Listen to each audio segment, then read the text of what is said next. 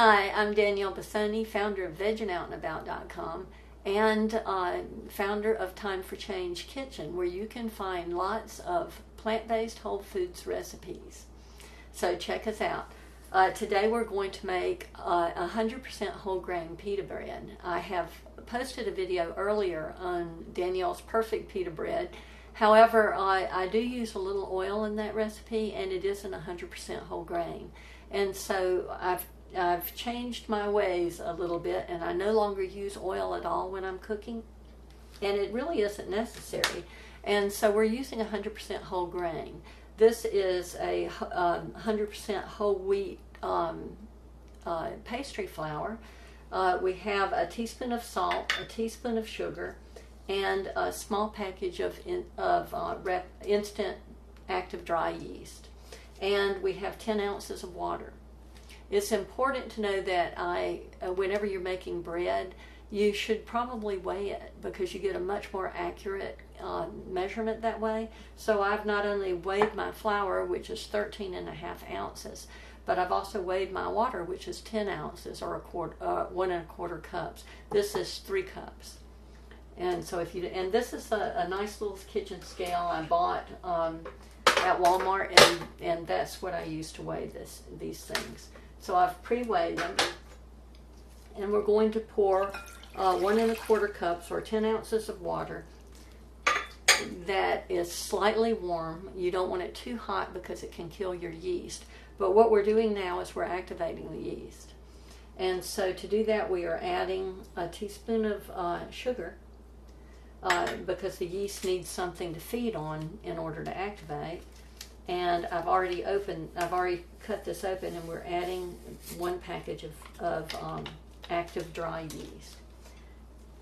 And I'm going to stir that all together, and we're going to wait for a couple of 3 minutes and allow this yeast to activate. If it doesn't activate within maybe 10 minutes, then your yeast is bad, and you need to throw it out and start again. You don't have to stir this a lot. You only want the yeast to become moist, and then you just sit and wait for the miracle to happen. Very good. Okay, there it goes.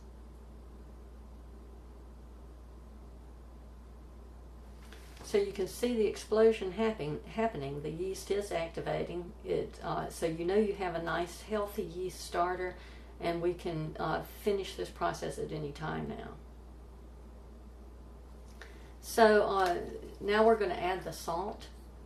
We're using 1 teaspoon of salt.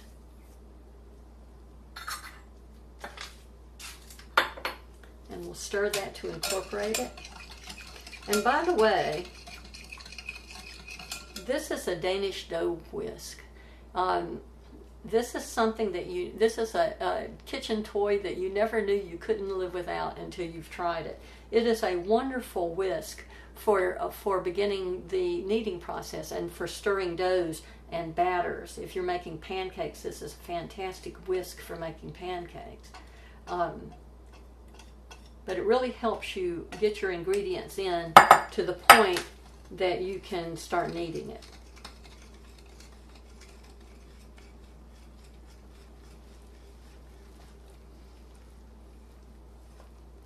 And you can find these products that I'm telling you about on my website.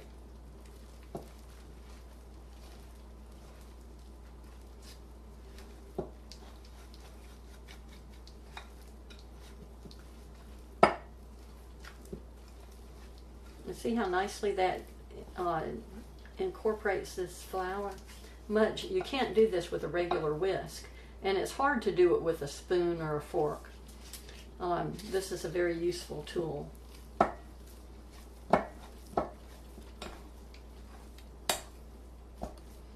Okay, now we're done with that. So now that we've reached this point, we can start kneading it. And it doesn't take a lot of kneading. And you can see we've used just the right amount of flour and water that we don't have to add any more. And the process of kneading is just a process of turning and punching. Turn and punch. Turn and punch. You can take out your frustrations on this dough.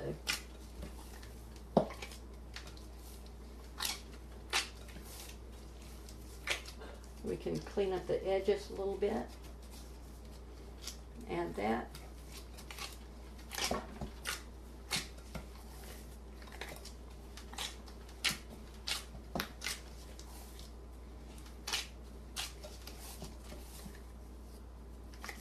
You can find whole wheat pastry flour in your grocery store.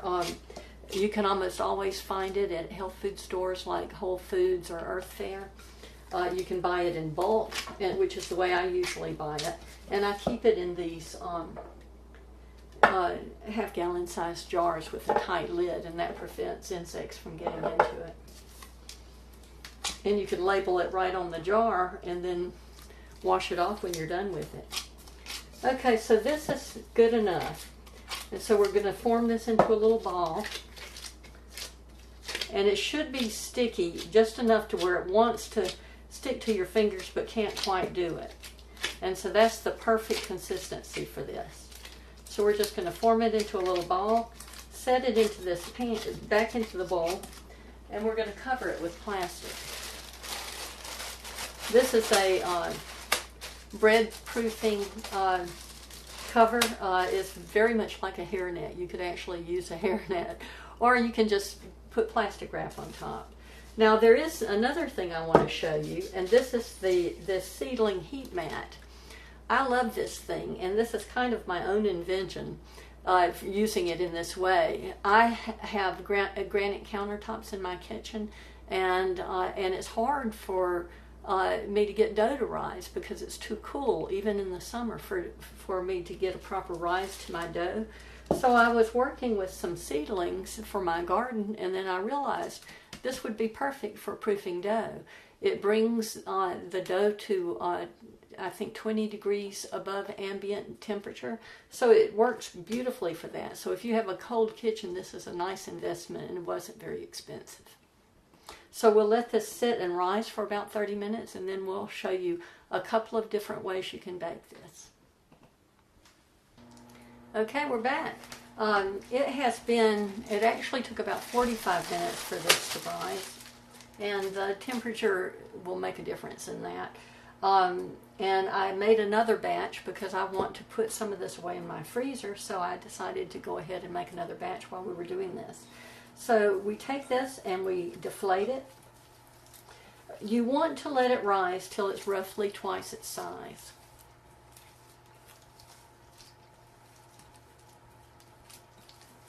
Okay. So we're going to knead it just a little bit.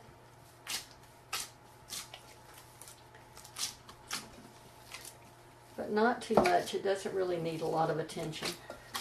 So we're going to take this and we're going to weigh it. First of all, I want to put a little flour on this board. This is the same whole wheat pastry flour that I used to make this. And I'm just going to knead it a little bit and get a little coating of flour in it so that it doesn't stick to my scale. Okay, and now I'm going to weigh this. And I like to weigh it in grams rather than ounces because it's more accurate that way. Okay, so this is in grams. My total weight then is 678 grams. And what we'll do is we'll take this number and we'll divide it by 6 because this will make six pita bread.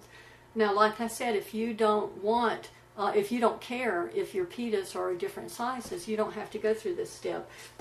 So we're going to take 6 of these and divide them into 113 grams each. And if it's a little bit off, it's not a big deal. But you want it to be in the ballpark. That is, if you want uniform pitas.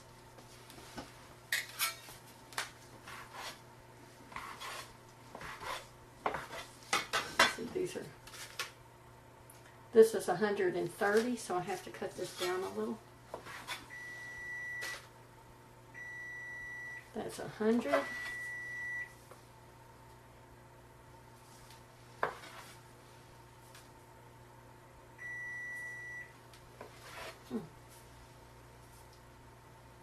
So that's 113 grams. And what we're going to do is we're going to take this pita and we're going to roll it into a ball. And we're trying to develop a skin on the outside of this and tuck all the pieces underneath. And then we'll roll it into a ball. And we'll set it here to the side. And we'll do another one.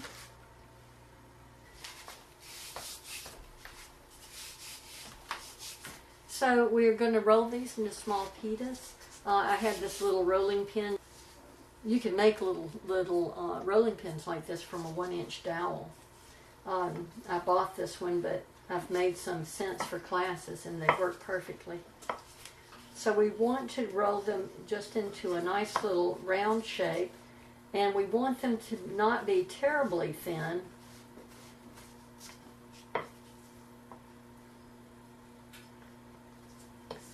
So this is about right.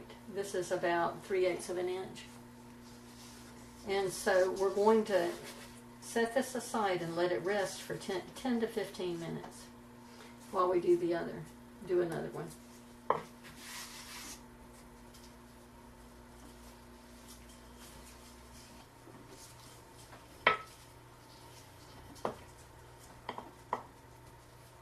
You want to make sure they're about roughly the same everywhere on the pita. You don't want a piece sticking up higher than another side.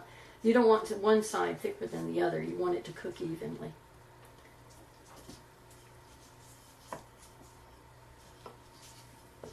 That's why these little rolling pins are nice, because they help you keep everything the way it should be. They're much easier to manage than the larger rolling pins.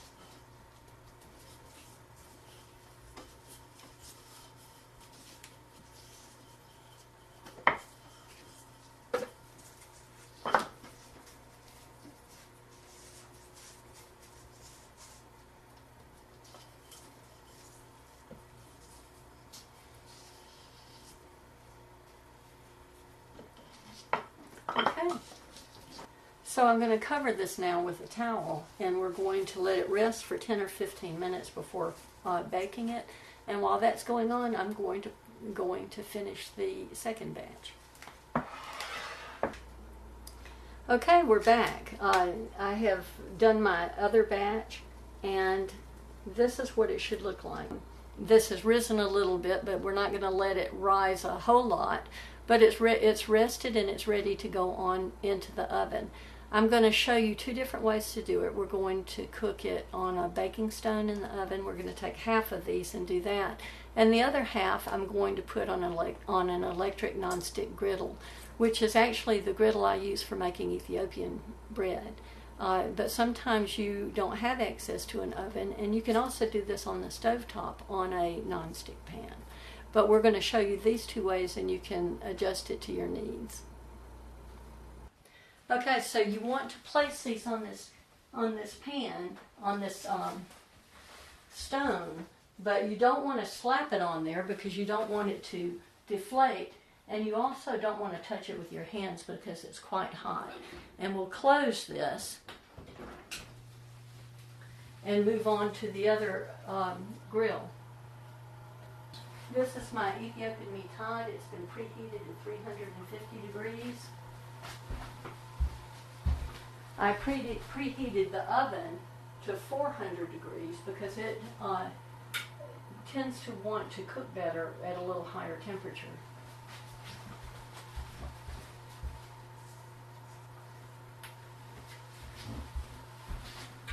When you're cooking on a grill, you have to be careful not to make it too hot because you'll burn the bottoms. And I have set my timer on 2 minutes.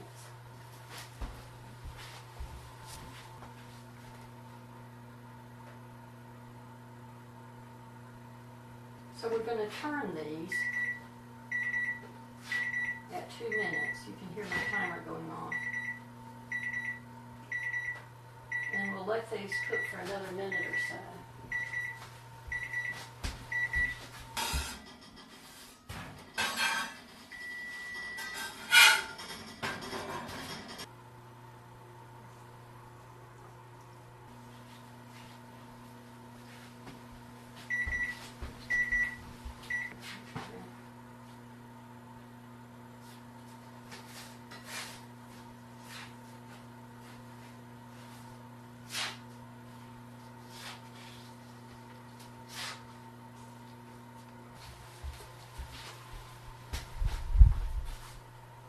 Now, one of the things I want to point out is that when you're cooking with whole grain breads, your pita bread doesn't often puff up the way it does when you're using a blend of white bread and whole grain bread.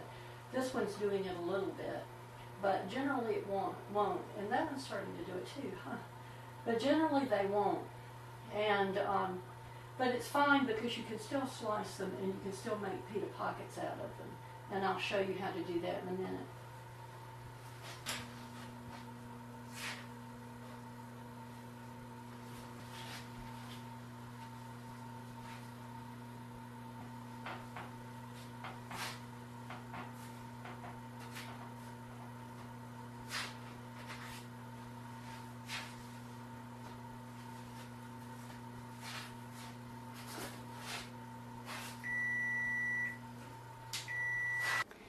Okay, so you see we have 2 batches of pita. I made this batch a little larger than this batch, and I want to point out the differences between the two. The pita that's cooked on the grill is gotten nice and brown on both sides, whereas the pita that's cooked on the cooking stone, you don't want to let it get that dark because it'll be overcooked. And so we cook this for about 2 minutes on one side, and then we flip it and we cook it for a minute or a minute and a half on the other side. You just pick up the edge and peek and see how brown it is, and that's your guide for when you need to turn it. And this one we cook for 2 minutes on one side, and actually you can cook it up to 3 minutes. It just depends on whether it looks like it's becoming solid. And then you flip it over for another minute and you're done. Now I'm going to cut one of these and show you how we use these pita breads that have not puffed up to divide it into 2 separate pieces. Usually when you cook pita, it will puff up in the middle and you'll have a pocket. In this case, it won't work out that way, and that is often the case when you're using whole grain bread because it's so dense. It doesn't want to release. And so just cut it down the middle like this, and you have a wonderful pita pocket. I'm going to do another one with the other bread. These are wonderful. You can stuff them with vegetables and hummus or falafel. And if you go to my website, Time for Change Kitchen, I just posted a wonderful recipe on how to make Mediterranean falafels that are baked and not fried. So this is the one that was cooked on the baking stone in the oven. And see how nice that is? But you do have to make the little slice down the middle. And frankly, I really prefer this than having it puff up into 2 separate pieces, because you can get even slices. You can get an even thickness on each side. Whereas when they puff up, one side is invariably thinner than the other, and it breaks more easily. So there you have it. So for this and other recipes, go to www.timeforchangekitchen.